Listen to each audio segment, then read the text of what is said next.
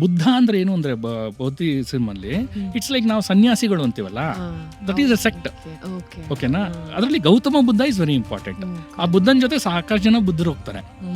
ಇದೇ ತರ ತಪಸ್ ಮಾಡ್ತಾ ಇರ್ತಾರೆ. ಏನಾಗತ್ತೆ ಅಂದ್ರೆ ದಿನ ದಿನ ಊಟ ಮಾಡದೆ ತಿಂಡಿ ತಿಂದೆ ಮಾಡ್ತಾ ಇರ್ತಾರೆ. ಬುದ್ಧ ಫುಲ್ಲು ಸ್ಕೆಲಿಟನ್ ಆಗಿಬಿಡ್ತಾನೆ ಆಲ್ಮೋಸ್ಟ್. ಅಂದ್ರೆ ಮೂಳೆಗಳೆಲ್ಲ ಕಾಣಿಸೋದಕ್ಕೆ ಶುರು ಆಗ್ಬಿಡುತ್ತೆ. ನೀವು ಕೆಲವು ಫೋಟೋಗಳು ನೋಡಿರ್ತೀರ, ಆ ಥರದ್ದು ಮೂಳೆಗಳೆಲ್ಲ ಕಾಣಿಸೋದು ತೆಳ್ಳಗಾಗ್ಬಿಡುತ್ತೆ.